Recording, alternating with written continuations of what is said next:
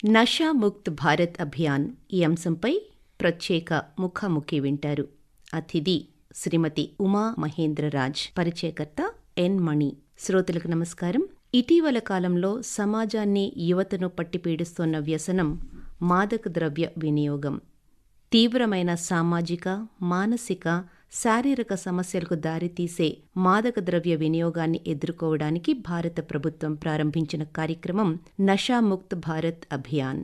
మాదక ద్రవ్య వినియోగ నివారణ, అంచనా, చికిత్స, పునరావాసం వంటి పలు కార్యక్రమాల గురించి వివరించడానికి మనతో ఉన్నారు శ్రీమతి ఉమా మహేంద్రరాజ్. 20 సంవత్సరాలకు పైగా మాదక ద్రవ్యాల బారిన పడిన వారికి రీహాబిలిటేషన్ సెంటర్గా ఎన్నో కార్యక్రమాలు నిర్వర్తిస్తోన్న గ్రీన్ వ్యాలీ ఫౌండేషన్ చైర్పర్సన్గా ఉండి, ప్రభుత్వ పథకమైన national action plan for drug demand reduction స్కీమ్లో ప్రముఖ పాత్ర పోషిస్తూ నషాముక్త్ భారత్ అభియాన్పై ఎన్నో అవగాహన కార్యక్రమాలు నిర్వహిస్తోన్న ఉమా మహేంద్రరాజ్ గారిని కార్యక్రమానికి సాదరంగా ఆహ్వానిస్తూ, నమస్తే మేడం. నమస్తే అమ్మా. భారత ప్రభుత్వం Nasha Mukt Bharat, drug free India అంటూ చాలా కార్యక్రమాలు నిర్వహిస్తోంది. మీరు కూడా ఎన్నో అవగాహన కార్యక్రమాలు నిర్వహిస్తున్నారు. ఈ drug free India, Nasha Mukt Bharat Abhiyan ఏమిటి అనేది శ్రోతలకు వివరిస్తారా? మనకి యాక్చువల్లీ 2018-19లో మన భారత ప్రభుత్వం ఒక సర్వే నిర్వహించారు, నేషనల్ అసెస్మెంట్ సర్వే. దానిలో మనకి తెలిసింది ఏంటి అని అంటే, ఈ నష అనేది, ఈ మత్తు పదార్థాలు, ఈ వ్యసనాలు, ఈ మత్తు అనేది చాలా వేగంగా వ్యాప్తి చెందుతుంది. అట్లానే మన యువత దానికి అలవాటు అవటం మూలంగా వాటి బారిన పడి వ్యసనపరులు అయిపోతే మన దేశం వీక్ అయిపోతుంది. మన బోర్డర్స్లో మనకి టెర్రరిజం అనేది ముప్పు.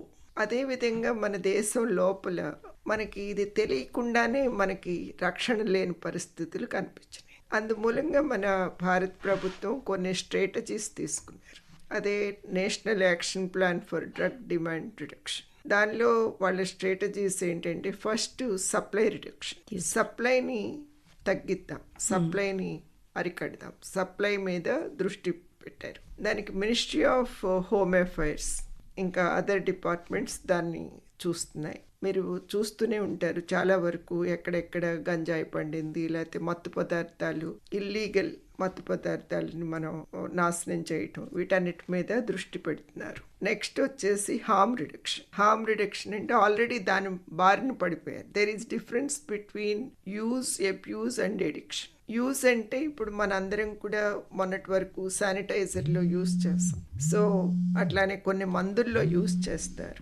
అదంతా కూడా యూజ్, వాడకం. చాలా రకాల మందుల్లో ఇవన్నీ కూడా, నొప్పి మందుల్లో, పెద్ద పెద్ద జబ్బులకి సంబంధించిన మెడికేషన్లో వాటిలో యూజ్ అవుతుంది. అది యూజ్. కానీ వాడకూడని విధంగా వాడటం అనేది అబ్యూస్. నెక్స్ట్ ఎడిక్షన్ అంటే అది వ్యసనం. ఇప్పుడు ఎవరైనా ఎలా స్టార్ట్ చేస్తారు, మొదట అసలు దానిలో ఏముందో తెలుసుకుందాం అనే క్యూరియాసిటీ పనిచేస్తుంది. మనం ఎవరో చెడగొట్టారు, ఫ్రెండ్స్ చెడగొట్టారు, వాళ్ళు చెడగొట్టారు అంటారు.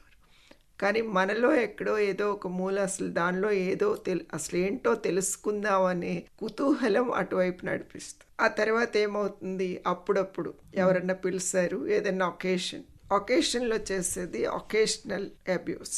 ఆ తర్వాత నిదానంగా ఒకేషన్ నుంచి జాయ్ఫుల్లోకి వెళ్తుంది. ఇదివరకు ఎవరో పిలిచే చోట్లో ఇప్పుడు మనమే పిలుస్తాం. ఆ తర్వాత నిదానంగా అది సోషల్లోకి వెళ్తుంది. సోషల్ అంటే చాలా మంది అనుకుంటారు ఏంటంటే అందరూ కలిసి గ్రూప్గా చేసేది సోషల్ కాదు. స్వచ్ఛందంగా ఎవరు పిలవక్కర్లేదు, మనము ఎవరిని పిలవక్కర్లేదు, సొంతంగానే అబ్యూస్ చేస్తారు. ఏదో ఒక టైంలో ఇంత క్వాంటిటీ అనేది మెయింటైన్ చేస్తూ ఎప్పుడు కావాలంటే అప్పుడు ఆపేయగలుగుతారు, ఎప్పుడు కావాలంటే అప్పుడు చేయగలరు. ఎవరైతే డ్రగ్ అబ్యూస్ అనేది చేస్తున్నారో, లీగల్ కానివ్వండి, ఇల్లీగల్ కానీ, drugs are legal and illegal కానీ, ఏదైనప్పటికీ కూడా ఎవరైతే అబ్యూస్ చేస్తున్నారో వాళ్ళల్లో ఒక 80-85% పీపుల్ ఇక్కడ వరకే వస్తారు. మిగిలిన 15-20% పీపుల్, కరెక్ట్గా పర్సంటేజ్ చెప్పలేము, ఇప్పుడు అడిక్షన్లోకి వెళ్తారు. వ్యసనం అంటే ఏంటంటే, ఇప్పుడు వీళ్ళు సడన్గా ఆపినప్పుడు వీళ్ళకి విత్డ్రావల్స్ వస్తాయి. వాళ్ళకి శారీరకంగాను మానసికంగాను ఆ పర్టిక్యులర్ కెమికల్ మీద ఆధారపడిపోయారు. అది సడన్ గా ఆపినప్పుడు హెల్త్ ఇష్యూస్ వస్తాయి. చేతులది వణికిపోవటం, పరాకు మాటలు, ఎక్కడో ఉన్నట్లు ప్రవర్తించటం, సమ్ టైమ్స్ పిచ్చివాడిలాగా ప్రవర్తించడం, ఓరియంటేషన్ ఉండదు, హెలోసినేషన్స్ ఉంటాయి. ఇట్లాంటివన్నీ జరుగుతాయి. భ్రమలు, భ్రాంతులు. వ్యసనంలో 3 స్టేజెస్ ఉంటాయి. దానిలో ఫస్ట్ స్టేజ్ లో నార్మల్లీ వీళ్ళని మనం గమనిస్తే చాలా వరకు addicted people are very intelligent, artistic గా లేకపోతే స్పోర్ట్స్ పర్సన్స్ గా చాలా మంచి టాలెంట్స్ ఉన్నవాళ్ళు, కానీ ఎక్కడ స్థిరత్వం ఉండదు. ఈ విషయం ఎవరన్నా మాట్లాడితే చిరాకు పట్టడం, లేకపోతే దాన్ని దాటేయటం, కొన్ని కేసెస్ లో ఎదురు తిరగటం అంతా కనిపిస్తుంది. మోస్ట్ ఆఫ్ ది టైం ఒంటరిగా ఉండాలని ఫ్యామిలీలోనే ఉంటారు, కానీ వాళ్ళ మనిషి అయి ఉండరు. అబద్ధాలు, మ్యానిపులేషన్, తనకు కావాల్సిన దానికోసం ఇతరులను నమ్మించడం, ముఖ్యంగా ఫ్యామిలీ మెంబర్స్. అట్లానే సెకండ్ స్టేజ్కి వచ్చేసరికి ఎమోషనల్ ఇంబ్యాలెన్సెస్ కనిపిస్తాయి. ఎప్పుడు కోపం వస్తుందో, చిరాకు, బాధ, దుఃఖం, ఉక్రోషం, అట్లాంటివన్నీ. ఏదెప్పుడు బయటకు వస్తుందో తెలియదు. జస్టిఫికేషన్, తను సమర్థించుకోవటానికి ప్రయత్నిస్తారు, ఇతరులని బ్లేమ్ చేయటం, ముఖ్యంగా ఫ్యామిలీ మెంబర్స్ని నీ మూలంగానే. అలానే రాత్రిపూట జరిగిన విషయాలు పొద్దునకి గుర్తుండదు, బ్లాక్అవుట్స్. అప్పుడు ఏంటంటే ఇలా జరిగిన తర్వాత తనే మారిపోవాలని ట్రై చేస్తారు, కానీ 72 అవర్స్ ఆగగలుగుతారు. 72 అవర్స్ తర్వాత విడ్రావల్స్ మొదలవుతాయి. ఏదో ఒక విధంగా ఒక నెల రోజులో, 2 నెలలు, 6 నెలలు మానేశారు అనుకోండి, మళ్ళీ మొదలు పెట్టినప్పుడు మత్తులో నుంచి బయటకు వస్తే మళ్ళీ మత్తులోకి వెళ్ళిపోయేలాంటి అబ్సెషన్ వస్తుంది. ఇది థర్డ్ స్టేజ్కి వచ్చేసరి డబ్బులు ఉంటే సరే, డబ్బులు లేకపోతే బెగ్, బారో ఆర్ స్టీల్ అనేలాగా ఉంటారు. భోంచేయరు, నిద్రపోరు, ఎవరిని నిద్రపోనివ్వరు. ఇప్పుడు ఆల్కహాల్ అనుకోండి, భోంచేయరు. అదే కెనబిస్ అనుకోండి, గంజాయి లాంటి ఎక్కువ తింటారు. ఇంట్లో వాళ్ళకి ఉందా లేదా కూడా గమనించకుండా అంత ఆకలేస్తుంది. ఈ టైంలో చాలా depression, they express there loneliness, అనుమానం, ఇద్దరు మాట్లాడుకుంటున్నా నా గురించే మాట్లాడుకుంటున్నారు, అలాంటి ఆలోచనలు, భ్రమలు. అట్లానే ఈ టైం వచ్చేసరికి చేతులు వణకటం, క్రాంప్స్, అట్లాంటివన్నీ కనిపిస్తాయి. సో దీన్ని బట్టి మనం సిమ్టమాటికల్లీ ఏ టెస్ట్ చేయకుండా కూడా ఈ సిమ్టమ్స్ తెలిసి ఉంటే మనం అతను ఏ స్టేజ్లో ఉన్నాడు, అతను అబ్యూస్లో ఉన్నాడా, ఎడిక్షన్లో ఉన్నాడా, ఎడిక్షన్లో ఏ స్టేజ్లో ఉన్నాడు అనేది చాలా ఈజీగా గమనించి వాళ్ళకి మనం హెల్ప్ చేయగలం. ఇట్లాంటి పరిస్థితులు ఉన్నాయో వాళ్ళ కోసం హార్మ్ రిడక్షన్లో గవర్నమెంట్ ఏం చేశారంటే, ఇది వరకటి కంటే చాలా ఎక్కువ DDACs, district de addiction centres, ATFs అంటే ఎడిక్షన్ ట్రీట్మెంట్ సెంటర్స్, అట్లానే ఇర్కాస్ అంటే integrated rehabilitation centres, community peer led intervention programmes. చిన్న పిల్లలప్పటి నుంచి వాళ్ళకి ఒక కమ్యూనిటీలో పిల్లల్ని మనం తీసుకుని ఆ పిల్లలకి లైఫ్ స్కిల్స్ నేర్పించి వాళ్ళ ద్వారా అవగాహన కల్పించటం, అది చాలా బాగుంటుంది ఆ ప్రోగ్రామ్. ఎందుకంటే మన బోటి వాళ్ళు లేకపోతే స్కూల్లో టీచర్స్ చెప్పిన దానికంటే ఫ్రెండ్స్ చెప్పింది, వాళ్ళ పేర్స్ చెప్పింది ఎక్కువ తీసుకుంటారు. ఆ విధంగా ఆ ప్రాజెక్టు. అట్లానే ODIC, outreach drop in centre అంటే ముందుగానే వాళ్ళు ఎడిక్షన్ దాకా వెళ్లకుండా అబ్యూస్లో ఉన్నప్పుడే యంగ్ పీపుల్కి కౌన్సిలింగ్ ఇచ్చి సరైన మార్గం చూపిస్తారు. అట్లానే వాళ్ళకి రిఫరల్స్ కూడా ఇస్తారు. సపోజ్ ఏదైనా అదర్ హెల్త్ ఇష్యూ ఉంది, లేదా వాళ్ళకి ఏదైనా ఎడ్యుకేషనల్ ఇన్స్టిట్యూట్కి రిఫర్ చేయాలి, ఇట్లాంటి హెల్ప్ కూడా చేస్తారు. ఓడిఐసి అంటారు. నెక్స్ట్ వచ్చేసి ఇర్కా అంటే ఇంటిగ్రేటెడ్ రీహాబిలిటేషన్ సెంటర్లో ఆల్రెడీ ఎడిక్టెడ్ పీపుల్ని ట్రీట్ చేస్తారు. అంతేకాకుండా డిస్ట్రిక్ట్ డి అడిక్షన్ సెంటర్స్, ఈ 3 ప్రోగ్రామ్స్ కూడా ఒకే చోట ఉండేలాగా గవర్నమెంట్ మనకి చాలా సెంటర్స్ని పెంచారు. హార్మ్ రిడక్షన్ మన స్టేట్ గవర్నమెంట్కి కూడా ఇప్పుడు మన ఆంధ్రప్రదేశ్లో 52 సెంటర్స్ ఉన్నాయి, మొత్తం అన్నీ కలిపి. ఎన్జిఓస్ 31 ప్రాజెక్ట్స్ రన్ చేస్తున్నాయి. ఒక ఏటీఎఫ్ ఉంది. అట్లానే 25 స్టేట్ గవర్నమెంట్ రన్ చేస్తున్న డి అడిక్షన్స్. ప్రతి డిస్ట్రిక్ట్లోనూ ఉండే గవర్నమెంట్ హాస్పిటల్లో ఒక డి అడిక్షన్ సెంటర్ ఉంది. ఈ విధంగా ఆల్ ఓవర్ కంట్రీ మనకి చాలా వరకు దీన్ని స్ట్రెంగ్తెన్ చేశారు. ఇవన్నీ కాకుండా ఇప్పుడు సెంటర్స్ పెట్టడమే కాకుండా ఇంతకు ముందు మనకి 4 regional resources and training centres ఉండే. మనది సౌత్ జోన్కి వచ్చేది, తమిళనాడులో ఉండేది రీజనల్ రిసోర్స్ సెంటర్. ఇప్పుడు అలా కాకుండా ఎవరి భాషకి వాళ్ళకి స్టేట్ లెవెల్ కోఆర్డినేటింగ్ ఏజెన్సీస్ని ఏర్పాటు చేశారు. మనకి ఇక్కడ ప్రతి ఒక్కళ్ళని కూడా బాగా ట్రైన్ చేసి మంచి క్వాలిటీ తోటి మనం సేవలు అందించేలాగా స్టేట్ లెవెల్ కోఆర్డినేటింగ్ ఏజెన్సీ కూడా పనిచేస్తుంది. ఇప్పుడు మన గ్రీన్ వ్యాలీ కూడా మన ఆంధ్రప్రదేశ్కి state level coordinating agency. Ministry of Social Justice అండర్లో గ్రాంట్ ఇన్ ఎయిడ్ వస్తున్న సంస్థలకి, లా ఎన్ఫోర్స్మెంట్ ఏజెన్సీస్ అన్నిటికీ కూడా National Institute of Social Defence ద్వారా మనతోటి ట్రైనింగ్ ప్రోగ్రామ్స్ ఇప్పిస్తున్నారు. మీరు చెప్పిన ఏవైతే కార్యక్రమాలు ఉన్నాయో ఇవన్నీ కూడా నషాముక్త్ భారత్ అభియాన్ కిందకే వస్తాయి. దాని తర్వాత మనకి ఇప్పుడు మధ్యలో వచ్చింది డిమాండ్ రిడక్షన్. సప్లై రిడక్షన్ గురించి మాట్లాడాం, అట్లానే హార్మ్ రిడక్షన్ గురించి మాట్లాడాం. మధ్యలో ఉంది డిమాండ్ రిడక్షన్. అసలు డిమాండ్ లేకపోతే సప్లై అవసరం లేదు, సప్లై లేకపోతే హార్మ్ ఉండదు. అందుకని ఇప్పుడు మనం డిమాండ్ తగ్గించాలి అని అంటే ఒక మినిస్ట్రీ ద్వారానో 10 మినిస్ట్రీస్ ద్వారానో 10 డిఅడిక్షన్ సెంటర్స్ ద్వారానో అవుతుంది. మన అందరం కూడా ఇది ఒక సోషల్ రెస్పాన్సిబిలిటీగా తీసుకుని మాట్లాడటం, ఆలోచింపు చేయటం, దాని మీద పని చేయటం, సరైన నిర్ణయం తీసుకునే శక్తిని ఇవన్నీ చేయాల్సి ఉంది. అప్పుడు ఏమవుతుంది అంటే అవేర్నెస్ క్రియేట్ చేయటం. మనం అవేర్నెస్ క్రియేట్ చేసి వాళ్ళకి ఏది మంచి చెడు అసలు దీని గురించి పూర్తిగా తెలియచేసి, పిల్లలు ఆ క్యూరియాసిటీ ఉండదు కదా, అదేంటో తెలుసుకుందాం అనే దానికోసం వాళ్ళు ఎక్స్పెరిమెంట్ చేసే ముందే అది ఏంటో తెలియచేసి దానివల్ల వచ్చే మంచి చెడు గురించి మనం అందరం మనందరం కూడా వి మస్ట్ జాయిన్ హ్యాండ్. దాని గురించి 2020 ఆగస్ట్ 15న నషాముక్త్ భారత్ అభియాన్ని మన ఆనరబుల్ ప్రైమ్ మినిస్టర్ దాన్ని లాంచ్ చేశారు. అప్పటి నుంచి కూడా అన్ని జిల్లాల్లోనూ జిల్లా కలెక్టర్స్ ద్వారా అక్కడ మొదలు పెట్టారు. ఇప్పుడు మన దేశం అంతా కూడా నషాముక్త్ భారత్ అభియాన్ మీద పనిచేస్తుంది. దానికోసం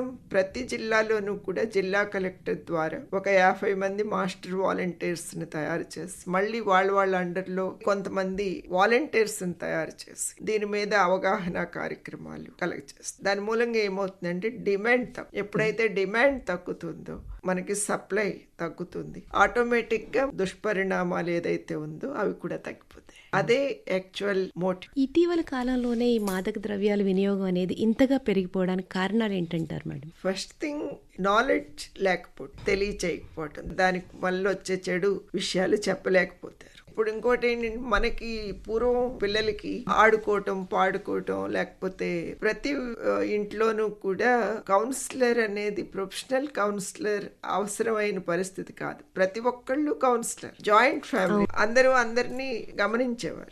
వాళ్ళ డ్యూటీస్. మన ఫ్యామిలీ వాల్యూస్ అనేది ఎక్కడైతే తగ్గుతుందో అక్కడ ఆ బాండింగ్ తగ్గినప్పుడు, ఆ రెస్పెక్ట్ తగ్గినప్పుడు కూడా మన పిల్లలు కొన్ని హద్దులు మీరే పరిస్థితులు కనిపిస్తుంది. అట్లానే వాళ్ళకి బోర్డమ్, ఏదో కొత్తదనం కావాలి, easy availability, most of the time fun కోసం, అసలు అదేంటో తెలుసుకుందాం అనే దానికోసం ఆ బురవల్లోకి వెళ్ళిపోతాం. ఇప్పుడు ప్రస్తుతం మాదక ద్రవ్యాల వినియోగం కావచ్చు, దుర్వినియోగం కావచ్చు, లేదంటే అక్రమ రవాణా కావచ్చు, వీటిని నిరోధించడానికి కేంద్ర ప్రభుత్వం కానీ రాష్ట్ర ప్రభుత్వాలు చేపడుతున్న కార్యక్రమాలు ఎటువంటివండి, ఎలా ఉన్నాయి? Ministry of home affairs are taking care of that అండి. మన రాష్ట్రంలో అయితే కనుక మన ప్రభుత్వం ఇప్పుడు స్పెషల్లీ ఒక డిపార్ట్మెంట్ వచ్చింది కదా, అది elite narcotic control task force, eagle అని. వాళ్ళు చాలా బాగా దీని మీద ఫోకస్ చేస్తున్నారు. పిల్లల్ని, కాలేజెస్ని, మిగిలిన మన సొసైటీలో చాలా భాగాల్ని ఎడ్యుకేట్ చేస్తున్నారు. అలానే వాళ్ళకి ఒక టోల్ ఫ్రీ నెంబర్ ఉంది. మనకి నేషనల్ టోల్ ఫ్రీ నెంబర్ వచ్చేసి 14446. 14446కి ఫోన్ చేస్తే వాళ్ళకి ఎక్కడెక్కడ డిఅడిక్షన్ సెంటర్స్ ఉన్నాయి, ఇంటిగ్రేటెడ్ రీహాబిలిటేషన్ సెంటర్స్ ఉన్నాయి, ఓడిఐసీస్ ఉన్నాయి, అన్నీ కూడా వాళ్ళు ఇన్ఫర్మేషన్ ఇస్తారు, కౌన్సిలింగ్ చేస్తారు ఆల్ ఓవర్ ద నేషన్. అట్లానే మనకి అంటే 14446 నేషనల్ వైడ్ పనిచేస్తుంది. అట్లానే 1972 మన స్టేట్లో పనిచేస్తుంది. వాళ్ళు కూడా ఎడ్యుకేట్ చేస్తున్నారు. అట్ ద సేమ్ టైం మనకున్న list of de-addiction centres, service providers ఎవరైతే ఉన్నారో వాళ్ళ లిస్ట్ అంతా వాళ్ళ దగ్గర ఉంటుంది. వాళ్ళకి రిఫర్ చేయటం, సమ్ టైమ్స్ పక్కన వచ్చి తీసుకొచ్చి జాయిన్ చేయటం లాంటిది కూడా చేస్తున్నారు. అంతేకాకుండా వాళ్ళకి ఏదైనా ఇన్ఫర్మేషన్ ఏదైనా ఉంది, ఇప్పుడు 1972లో ఏదైనా ఇన్ఫర్మేషన్ ఉంటే కూడా వాళ్ళు కూడా దే ఆర్ టేకింగ్ స్టెప్స్. వాళ్ళు చాలా బాగా స్టేట్ గవర్నమెంట్ తరపున ఈగల్ డిపార్ట్మెంట్ పనిచేస్తున్నారు. అట్లానే నార్కోటిక్ కంట్రోల్ బ్యూరో కూడా పనిచేస్తుంది. ఒక టోల్ ఫ్రీ నెంబర్ వాళ్ళు కూడా రిఫర్ చేస్తున్నారు. ముఖ్యంగా they are focusing on supply reduction. ఈ మాదక ద్రవ్యాల వినియోగం అనేది ఎక్కువ కనిపిస్తున్న పాఠశాలలు కావచ్చు, కళాశాలలు కావచ్చు, విశ్వవిద్యాలయాలు కావచ్చు, వీటి ద్వారా ఎక్కువగా ఇది వినియోగం అనేది వస్తోంది. Actually it is a biggest myth అండి. అది ఇట్ ఈస్ ఎ మిత్. ఇక్కడ ఉంది ఇక్కడ లేదు అనేది లేదు. చాలా ఇంటీరియర్ ప్లేసెస్ నుంచి కూడా వస్తుంది, పెద్ద పెద్ద కాలేజెస్ నుంచి, మంచి యూనివర్సిటీస్ నుంచి, ఈవెన్ చిన్నపిల్లల్ని తీసుకొస్తున్నారు కొన్నిసార్లు. Just 13-14 years old boys. పాఠశాలల్లోనూ కళాశాలల్లోనూ ఎటువంటి అవగాహన కార్యక్రమాలు ఎక్కువగా చేయాలని మీరు అంటారండి? దానికి కూడా మన సెంట్రల్ గవర్నమెంట్ ఒక నవచేతన మాడ్యూల్ అని ఒక పుస్తకం తయారు చేశారు. అది షార్ట్లీ మన పాఠశాలల్లోకి వచ్చేయచ్చు. ఇప్పుడు డైట్ ద్వారా ఒక 1 million టీచర్స్ని ట్రైనింగ్ ఇచ్చే కార్యక్రమం ఉంది. ఆ విధంగా వాళ్ళు దాన్ని స్కూల్లో ఒక పాఠ్యాంశంగా తీసుకురావాలని చూస్తున్నారు. ముఖ్యంగా ఏంటంటే ఈవెన్ టీచర్స్ కూడా మేము చాలా ట్రైనింగ్స్ ఇచ్చాం చాలా స్కూల్ టీచర్స్కి. Let them know the facts and let them decide, give them strength to decide. That is the concept. అట్లానే వాళ్ళకి ఫన్ అనే దాని చోట్ల alternative fun methods, games, sports, ఇంకా ఏదైతే వాళ్ళల్లో టాలెంట్ ఉందో వాటి గురించి ఇంట్రెస్ట్ ఉందో, ఒక ఎడ్యుకేషనే కాకుండా if you introduce alternative fun things that will be very effective. అంతేకాకుండా మనకి ఇప్పుడు పిల్లలకి లైఫ్ స్కిల్స్ చాలా ఇంపార్టెంట్. ఒక సమస్య ఉంది, వాళ్ళకి ఎవరిని అడగాలో తెలియదు. మనం ఫస్ట్ పిల్లలకి లైఫ్ స్కిల్స్ నేర్పించడం చాలా అవసరం. లైఫ్ స్కిల్ ఎడ్యుకేషన్లోని ఒక భాగంగా how to say no. Yes అని చెప్పడం ఎంత హక్కు ఉందో నో అని చెప్పడం కూడా మనకు అంతే హక్కు ఉంది. అది ఎలా చెప్పాలి, అటు ఫ్రెండ్షిప్ పోకుండా ఇటు మనము బాధపడకుండా వాళ్ళు బాధపడకుండా హౌ టు హ్యాండిల్ థింగ్స్ అనేది ఒక ఈ లైఫ్ స్కిల్ సెషన్స్లో మన స్కూల్స్లో కూడా టీచర్స్ ద్వారా వాళ్ళు నేర్చుకోగలిగితే that will be very helpful. చాలా వరకు నో అని చెప్పలేనప్పుడే ఆ మొహమాటంలోనే ప్రాబ్లం మొదలు. అందుకని life skill education is very help. So ఇటువంటివన్నీ కూడా పాఠశాలలో కళాశాలలో నేర్పించాలి కూడా మనం వితౌట్ ఎనీ హెసిటేషన్, స్టిగ్మా లేకుండా మాట్లాడతాం. మాట్లాడటమే కాకుండా వాళ్ళు దాని గురించి మనం ఆలోచింపచేద్దాం. We can win over it. ఇప్పుడు ఎడిక్షన్ అనేది ఒక జబ్బు అనేది తెలియదు. Addiction is a disease. అది సరి చేసుకోగలిగితే మామూలు మనుషుల కంటే కూడా బాగా బతికే అవకాశాలు. అట్లానే ఇది ఒక తిరగపెట్టే గుణమున్న వ్యాధి. రిలాప్స్ అయ్యే ఛాన్సెస్. అయితే రిలాప్స్ని కూడా ఫ్యామిలీ మెంబర్స్ రాంగ్గా తీసుకుంటకూడదు. ఒకసారి ట్రీట్మెంట్ ఇప్పించేసాం మళ్ళీ ఎట్లా అనేది లేకుండా రిలాప్సెస్లో కూడా వాళ్ళని మళ్ళీ వెంటనే తీసుకొచ్చి వైద్యం చేయించుకుంటే బెటర్ అయిపోతుంది. మన రీహాబిలిటేషన్ సెంటర్స్లో చెప్పిన సెషన్స్ కానివ్వండి, ఇవి కానివ్వండి, అప్పుడు అవగాహనలోకి వస్తుంది. అవును అని యాక్సెప్ట్ చేయగలుగుతాయి. ఒకసారి యాక్సెప్టెన్సీ వచ్చిందని ఆ డినైల్ మినిమైజ్ అయ్యి yes it is a disease, నేను సఫర్ అవుతున్నాను, ఐఎమ్ ఎన్ విక్టమ్ అని వచ్చింది అనుకోండి, వెంటనే హీ విల్ వర్కౌట్ కదా, దాని మీద పని చేస్తారు అండ్ సక్సెస్. అట్లనే ఇది 40-60% వల్నరబిలిటీ బై జీన్స్. 40 నుండి 60% వంశపారంపర్యంగా వస్తుంది. అందుకని ప్రతి ఒక్కళ్ళు కూడా ఇది తెలుసుకోవటం చాలా అవసరం. మనం ఒక ఎడిక్టెడ్ పర్సన్ని సేవ్ చేయటం అనేది, ఒక అబ్యూజర్ని సేవ్ చేయటం అనేది వాళ్ళ తరాలని రక్షించడం. డి అడిక్షన్ సెంటర్స్లో ట్రీట్మెంట్ ఏ విధంగా ఉంటుంది? అలాగే చికిత్స ద్వారా ఈ వ్యసనం నుంచి బయటపడే అవకాశాలు ఉన్నాయంటారా? తప్పకుండా అమ్మా. ఫస్ట్ ఆఫ్ ఆల్ ఇంటర్వెన్షన్ తోటి స్టార్ట్ అవుతుంది. అది ఎవరైనా ఇంటర్వ్యూన్ చేయొచ్చు. ఒక డాక్టరే చేయాలి అనేది కాదు, లేదా ఒక సోషల్ వర్కర్ చేయాలనేది కాదు. ఎనీ వెల్ విషర్ వాళ్ళతో మాట్లాడండి, వాళ్ళ ఫ్యామిలీ మెంబర్స్ తోటి ఫస్ట్ మాట్లాడండి. ఎందుకంటే చాలాసార్లు పేషెంట్ నిర్ణయం తీసుకునే శక్తి ఉండదు. అందుకని కొన్నిసార్లు ఎస్ అంటారు, మళ్ళీ లాస్ట్ మినిట్లో నో అంటారు. అందుకని ఫ్యామిలీ మెంబర్స్ని స్ట్రెంగ్తన్ చేయండి. ఆ తర్వాత మంచిగా మీరు సెలెక్ట్ చేసుకునే రీహాబిలిటేషన్ సెంటర్ని కూడా కరెక్ట్గా గవర్నమెంట్ రికగ్నైజ్డా కాదా చూసుకోండి. ఎవిడెన్స్ బేస్డ్ ప్రాక్టీసెస్ ఉన్నాయా లేదా. పూర్తిగా గవర్నమెంట్ రికగ్నైజ్ చేసి ట్రైన్డ్ పీపుల్ ఉన్నారా లేదా చూసుకో. Evidence based practices are very important. లేకపోతే విత్డ్రావల్స్ లో కొన్నిసార్లు ప్రాబ్లమ్స్ వచ్చిన కేసెస్ మనం చూస్తాం. సో అలాంటి చేసుకుని మీరు డి అడిక్షన్ సెంటర్కి వెళ్ళినప్పుడు ఫస్ట్ వాళ్ళు అక్కడ మళ్ళీ ఇంటేక్ కౌన్సిలర్ ఇంటర్వెన్షన్ చేస్తారు, మళ్ళీ మాట్లాడతారు, మోటివేషనల్ కౌన్సిలింగ్ అది ఇస్తారు, వివరాలు తీసుకుంటారు, ధైర్యం చెప్తారు. ఆ తర్వాత వాళ్ళని డీటాక్సిఫికేషన్ లో పెడతారు. డీటాక్సిఫికేషన్ అంటే బ్లడ్ ప్యూరిఫికేషన్ అలాంటిది ఏమి ఉండదు అక్కడ. అదేంటంటే సడన్ గా ఆపేసినప్పుడు వచ్చే సైడ్ ఎఫెక్ట్స్ రాకుండా, విత్డ్రావల్స్ రాకుండా డాక్టర్స్ మీకు మెడికేషన్ ఇస్తారు. ఒకవేళ ఏదన్నా అట్లాంటిది వస్తే కూడా మేనేజ్ చేయగలిగే డాక్టర్స్ ఉంటారు, స్పెషల్లీ ట్రైన్ డాక్టర్స్. నెక్స్ట్ ఒక 5 days 6 days అయిపోయిన తర్వాత సైకోథెరపీ సెషన్స్ కూడా అటెండ్ అవటం మొదలెడతారు. ఫ్యామిలీ మెంబర్స్ ని కూడా ఉంచుతారు, ఎందుకంటే ఏదైనా విత్డ్రావల్ అది వచ్చినా సేఫ్ గా ఉంటుంది అనే దానికోసం. ఆ తర్వాత సైకోథెరపీ సెషన్స్ లో లైఫ్ స్టైల్ మేనేజ్మెంట్ ఉంటుంది. రోజు క్లాస్ రూమ్ సెషన్స్ ఉంటాయి, like anger management, stress management, disease concept, treatment procedure, relation management, financial management, parenting, self confidence, self esteem, self assertiveness, ఇట్లాంటి మంచి మంచి సెషన్స్ ఉంటాయి. చక్కటి స్టోరీస్ చెప్పి మరీ క్లాసెస్ ఉంటాయి, రోల్ ప్లేస్ ఉంటాయి, గ్రూప్ థెరపీ ఉంటుంది. ఇలా 30 days లో వాళ్ళకి అయిపోయేసరికి వాళ్ళు ఒక కొత్త లైఫ్, రిలాప్స్ ప్రివెన్షన్, ఆయన మళ్ళీ వెనక్కి వెళ్ళిపోకుండా ఎట్లా చూసుకోవాలి, ఇట్లాంటి వాటి మీద వాళ్ళకు కూడా సెషన్స్ ఉంటాయి. తర్వాత వీళ్ళకి డిశ్చార్జ్ ఇచ్చేటప్పుడు మళ్ళీ డిశ్చార్జ్ కౌన్సిలింగ్. అప్పుడు సమ్ టైమ్స్ ఎంప్లాయీస్ ని జాయిన్ చేశారు అనుకోండి, ఎంప్లాయర్ ని కూడా పిలుస్తారు. Follow up is very useful for relapse prevention. ప్రభుత్వం ఎన్ని రకాల చర్యలు తీసుకున్నప్పటికీ, మీలాంటి ఆర్గనైజేషన్స్ ఎన్ని రకాలుగా పాటుపడుతున్నప్పటికీ కూడా ప్రజల సహకారం, తల్లిదండ్రుల సహకారం లేకపోతే దీంట్లో ముందుకు వెళ్ళడం కష్టం కదండి. ఈ విషయంలో తల్లిదండ్రులు, సమాజం బాధ్యత ఎంత ఉంటుందండి? ఇది మన అందరి బాధ్యత. It is social responsibility. దానిలో డెప్త్ తెలియాలి. తెలిసినప్పుడు ప్రతి ఒక్కళ్ళు పనిచేస్తారు.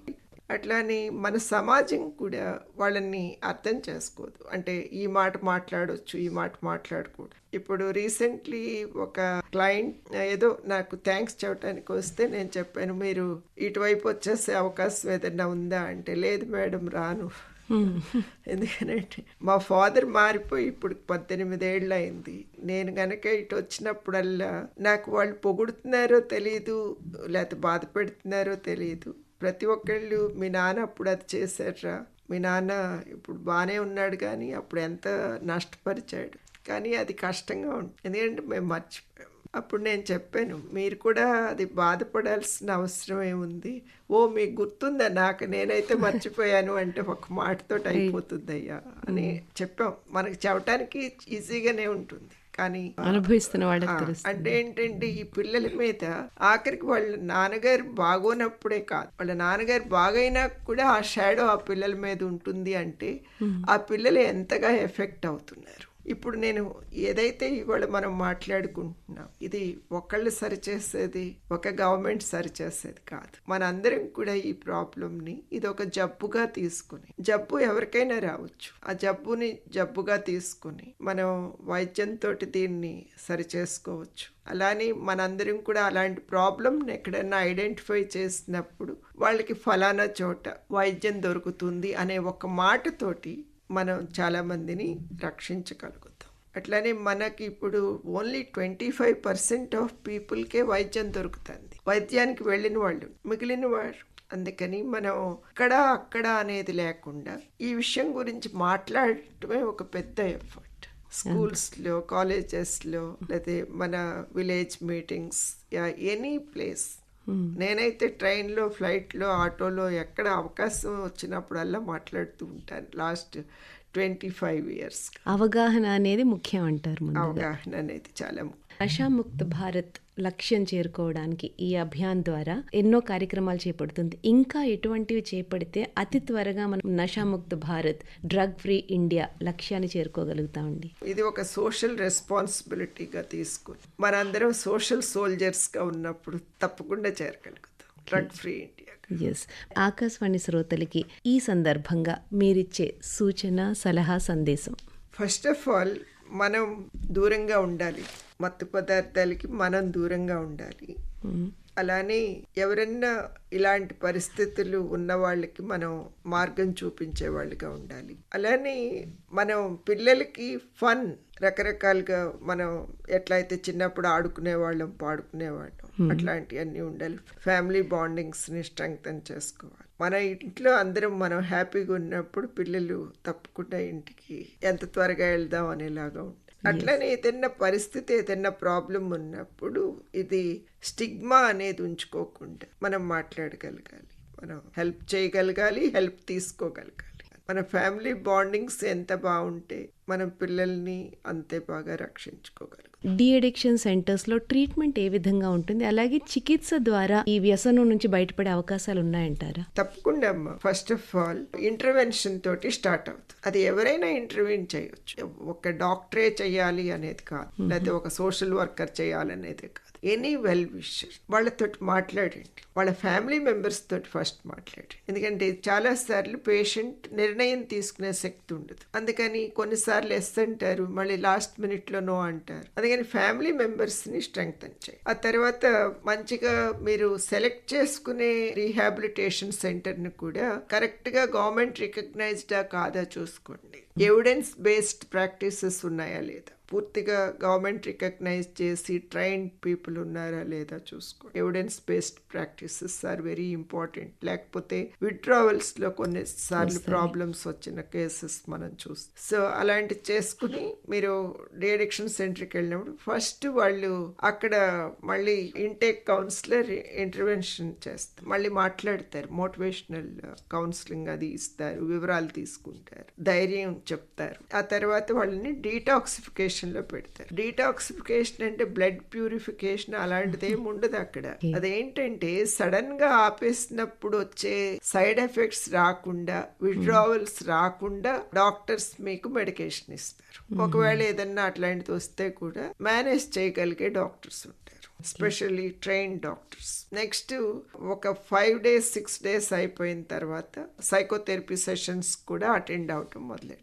ఫ్యామిలీ మెంబర్స్ని కూడా ఉంచుతారు, ఎందుకంటే ఏదైనా విత్డ్రావల్ అది వచ్చినా సేఫ్గా ఉంటుంది అనే దానికోసం. ఆ తర్వాత సైకోథెరపీ సెషన్స్లో లైఫ్ స్టైల్ మేనేజ్మెంట్ ఉంటుంది. రోజు క్లాస్ రూమ్ సెషన్స్ ఉంటాయి, like anger management, stress management, disease concept, treatment procedure, relation management, financial management, parenting, self confidence, self esteem, self assertiveness, ఇట్లాంటి మంచి మంచి సెషన్స్ ఉంటాయి. చక్కటి స్టోరీస్ చెప్పి మరీ క్లాసెస్ ఉంటాయి, రోల్ ప్లేస్ ఉంటాయి, గ్రూప్ థెరపీ ఉంటుంది.